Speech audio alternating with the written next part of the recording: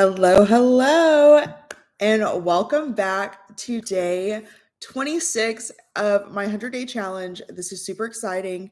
I just started my channel, and so I'm just super excited to even be doing this. It's been an amazing, amazing journey. I've learned a lot within the past few weeks of just doing it, but it's been absolutely amazing. So thank you all for being here as well with me on this journey. If you don't know me, my name is Dayana, and I help female founders to be able to scale and grow their companies through building high performing teams as well as their building their systems and processes, and specifically automating them to be able to make them more efficient. So let's get into it. So today we're going to be talking about how to show recognition without showing favoritism. I know that this is something that happens a whole lot within organizations, and it's really unfortunate that it does because it actually diminishes morale.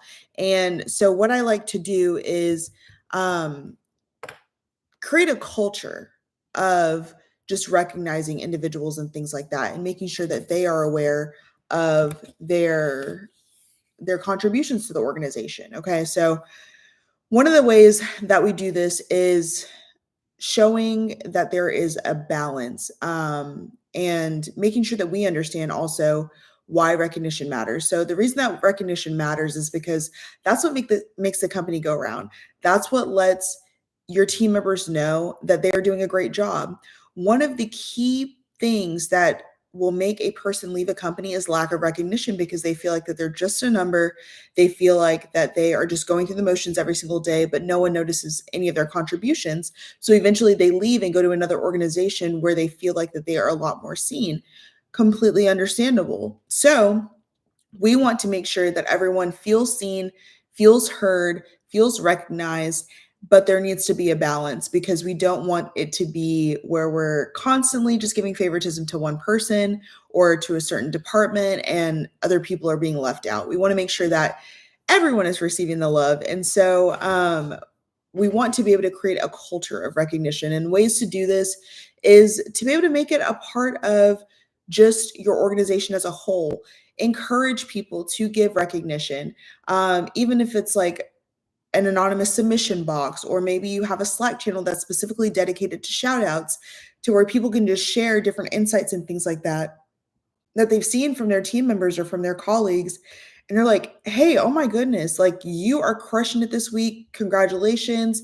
Check out so and so. They are crushing it in marketing, or they're crushing it in sales. They've closed over $1 million year to date in sales. Like that is huge, huge win. So we want to make sure that everyone is seeing those. One of the ways also is to rotate the spotlight. So this does take a little bit more work on the operations slash HR side of things, but it's important because you don't want it to constantly be one person, one department that's receiving all the praise. Now, it's one thing if that one person in one department are the only ones that are really crushing it, are the only ones that's giving 110%. If that is the case, then you might want to look at your infrastructure, because that means you might have some individuals in roles that might not need to be there, departments that might need to be led by other individuals to be able to help them to produce better results. And I like to call them unicorns. So unicorns are people who they just get it. They take the initiative, they work extremely hard, they produce the results that you want, and you don't have to baby them or walk them through every single step. They just are really, really great at timing, really great at having discernment and making those decisions how you would make them. And so when I say unicorns, that's exactly what I mean. You should want to have a team of unicorns. It will make your life 10 times easier. I've had that before, and it is game changing. I've had it to where I only had one unicorn, and then I had it to where my entire team were unicorns, and they were going above and beyond. That was the most successful that the department had been at that time. And that's what I would want for my company as well, is just to only have unicorns. If you're not a unicorn, probably not going to either be hired on or be with my company for very long, just because I have an extremely high not even threshold. I just have high expectations for what it is that I expect from my team members, and want to make sure that we are delivering at the highest possible capacity that we can, and the highest level of excellence. So also with this is realizing and being in the know of, do you need to create a private praise at that time, or do you need to have a public praise? There are appropriate times to do this, and there are appropriate people to do it with as well. So, say we have two people. Say Molly over here. She is really quiet. She's an introvert. She is in digital marketing. She might be a graphic designer. She just prefers for you to tell her, "Hey Molly, I see you. Great job on your graphics. Thanks for getting it in a quick turnaround time. We really do appreciate you on being able to help us to launch whatever the initiative was for marketing." That might be perfect for Molly. Molly might not want you to name her out in the middle of a company-wide meeting with 100 or 200 team members and say, "Hey Molly," like that might make her just sink down into her seat, blushing, whatever it might be, because she does not appreciate that. So it's important to be aware of what people appreciate. And if they prefer private praise, give them private praise. You can send them an email and list out the things that you've seen them do. That way they know that you're being intentional with it. That way they know that you really are seeing them, and um it's not just a, "Hey, congratulations, you're doing great." That's very vague. And so you want to do everything that you can to be very specific on what it is that they've been doing. And you want to be consistent with this.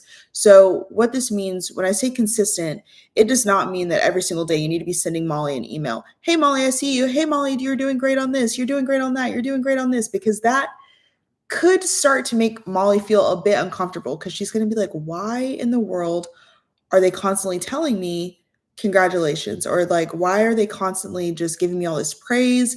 It's just kind of weird." So you don't want it to be in that manner, but that goes back to creating the culture of recognition to where you have you have numerous areas for people to give consistent praise. That might be in the Slack channel. That might be a portion of your departmental meetings, your company-wide meetings. It might be just something that the owner or founder of the organization, depending on how large it is, sends out an email just with like a quick shout out every single week. And that's just a part of the culture. That's what I mean by being consistent. And then being specific means you're naming exactly what it is that you've seen them do, what you appreciate them doing, and that is why they are going to be the most successful that they can be, is because you are telling them, "Hey Molly, thanks so much for working a 14-hour shift. I really do appreciate you putting in the overtime for this. This has been game changing to us being able to get out our initiatives extremely quickly, for us to be able to switch our ads on and off extremely quickly and try different A/B testing amongst our ad sets. So thank you so much for doing that. I really do appreciate it." That helps. So that way, not only does Molly know what she's been doing to get that praise, but if it's in a public setting for whatever reason, other people also know how they can get praise. They're not just going off of, um, "Okay, Molly keeps getting this praise, but we don't know why. We don't know what to do to also get the praise like Molly," because eventually people are going to want to be like Molly because Molly's getting consistent praise. And that's also one of the ways that is going to help your company culture to flourish, because everyone is going to start trying harder if they were not already, because they want to be recognized. Anyone who tells you that they don't want to be recognized is probably not being the most truthful. I'm not going to call them a liar, but I'm just going to say they're probably not being the most truthful, because to be honest, we all like a little pat on the back sometimes. It can be in different manners. It might be public versus private, but at the end of the day, we all love a little bit of praise. We all love to be seen, feel heard, and know that our work is going towards a good cause and going towards a greater good. Another thing with this is involving the whole team. The way to do this, like I mentioned before, is having that Slack channel, rotating the spotlight, have it to where not only is it just the leadership team that's giving praise, but it's also your colleagues giving each other praise. That's going to help, so where it's not showing any type of favoritism. They're not going to say, "Oh, well, our supervisor always thanks Molly or always like congratulates Molly on what she's doing. So that's just her favorite person. That's just the supervisor's favorite person." No, no, if you spread it out and you make it to where it's a team initiative, yes, leadership can still definitely give recognition. And I encourage you to still give recognition as the leadership team. That is extremely important to the foundation of your organization, and you have to lead by example. But I would also say that it will help for not only the colleague to feel seen by another colleague, but also for them to be able to just give that kind of love around and not feel like that they're just being seen by the supervisor or being favorited. Because let's be honest, sometimes being the favorite or the class pet is, or the teacher's pet, sorry, not the class pet, the teacher's pet is not always the best thing, because people start to get jealous. People might treat you differently. So consider all of that as the founder of the organization and as the leader in the organization, that you want to be doing good unto your team members. You do not want to do anything that's going to make them feel uncomfortable, that's going to make them kind of be siloed or isolated from the team in any type of way. Even if that was not your goal, just be cognizant of it and be mindful. And then last, but certainly not least, I want you to make sure that you make recognition a ritual, not just a reaction. I want it to be something, like I mentioned, and I've said this over and over and over. Make it something that's consistent. Make it something that it's part of your company culture, because that is what is going to help your organization to go around and to be able to just flourish to new heights. And so I literally cannot wait to see where it is that you all go. If you all are interested in working with me, I do have a link below to my Built to Scale community. It is for female founders who are making $10,000 or more per month, because I want you all to be able to be in the spot to be able to invest into your systems and processes for your organization. That does take an investment. And so I just want you all to be at that place and to be able to take full advantage of this course. I'm doing weekly coaching calls. I'm having a full online course on the community. You're having a community, you're having networking events, all of these things with other like-minded individuals to help to push you forward and to be able to build your network and to be able to just continue to build upon what you already know, what you're already building, and make an impact. So if you liked this video, please make sure to subscribe to my channel. I do appreciate you all for joining me on this journey, and I'll see y'all tomorrow.